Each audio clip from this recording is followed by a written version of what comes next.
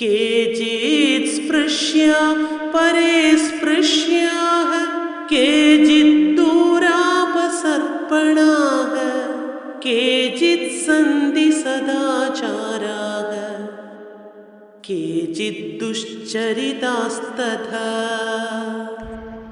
ഇനി ഒരു സാമൂഹിക ഉച്ചനീചത്വങ്ങളുടെ വേറൊരു വശം എടുത്തു പറയുകയാണ്.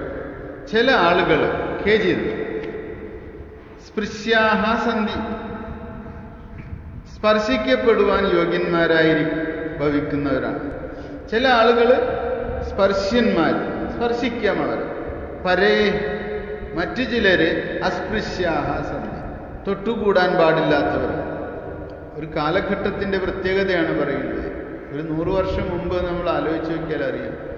ചില ആളുകൾ തൊടാൻ പാടില്ല, ചില ആളുകൾക്ക് തൊട്ടാൽ കുഴപ്പമൊന്നുമില്ല. സാമൂഹികമായ ഒരു പ്രശ്നമാണ് എടുത്തു പറയുന്നത്, ഒരു സോഷ്യൽ ഇഷ്യൂ ആണിത്. കേജിത് ചിലര് ദൂരാപസർപ്പണാഹ ദൂരെ മാറ്റപ്പെട്ടവരായിട്ടിരിക്കുന്നു, തീണ്ടലുള്ളവരായിരിക്കും. ഒരുപാട് അകലെ നിൽക്കണം, തൊടുക മാത്രമല്ല അകലെ നിൽക്കണം. ദൂരാപസർപ്പണാഹ. ചിലരാകട്ടെ സദാചാരാഹ സദാചാരത്തിൽ തൽപരരായിരിക്കുന്നവരാണ്.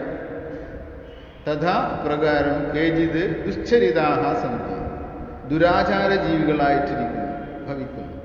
അപ്പൊ ചിലര് സദാചാരന്മാരും ചിലര് ദുരാചാരന്മാരും ആയിട്ട് ഭവിക്കുന്നു. ഇവിടെ ഈ ശ്ലോകത്തിൽ പറയുന്നത് ഒരു സോഷ്യൽ പ്രോബ്ലമാണ് മുന്നിൽ വെച്ചിട്ടുള്ളത്. ചിലർ തൊടാൻ പാടില്ല, ചിലര് തൊടാവുന്ന കുഴപ്പമില്ല, ചിലര് തീണ്ടിക്കൂടാത്തവരാണ്, അകലെ നിൽക്കണം. ചിലര് സവർണികൾ അല്ലെങ്കിൽ സദാചാരന്മാർ, ചിലർ ദുശ്ചരിതന്മാർ ആയിട്ട് സൊസൈറ്റിയിൽ ഇങ്ങനെയുള്ള ഒരുപാട് ഭേദങ്ങളുണ്ട്. ഒന്നൊന്നായിട്ട് പറയാണ്. ഈ ചോദ്യങ്ങളൊക്കെ നമ്മൾ നല്ലവണ്ണം മനസ്സിൽ വെക്കണം. എന്തൊക്കെയാണ് ചോദ്യങ്ങളെന്ന് ഇന്നത് കേട്ടാലും മറന്നു പോകരുത്. എന്തെല്ലാം ചോദ്യങ്ങളാണ് ബോധാനന്ദ സ്വാമികൾ ഗുരുദേവന്റെ മുന്നിൽ വെച്ചിട്ടുള്ളത്. ഒന്ന്, ധർമ്മത്തെക്കുറിച്ചും അധർമ്മത്തെക്കുറിച്ചും വിവേചിച്ച് അറിയാൻ ആഗ്രഹിക്കുന്നു. 2, മതദ്വേഷം, ജാതിദ്വേഷം, ദൈവ സങ്കല്പത്തിലുള്ള ഭിന്ന അഭിപ്രായങ്ങൾ, അതിനെക്കുറിച്ചൊക്കെ അറിയാൻ ആഗ്രഹിക്കുന്നു. എന്താ അങ്ങനെയൊക്കെ, ദൈവമുണ്ടോ, അതൊക്കെ അറിയണം. ചിലരെങ്ങനെയാണ് അസ്പൃശ്യരായത്, ചിലരെങ്ങനെ സ്പൃശ്യരായിട്ട് മാറിയത്, എന്താ അതിൻ്റെ കാരണം? ചിലരെന്താ വളരെ അകലെ തീണ്ടലുള്ളവരായിട്ട് മാറി നിൽക്കേണ്ടി വരുന്നത്?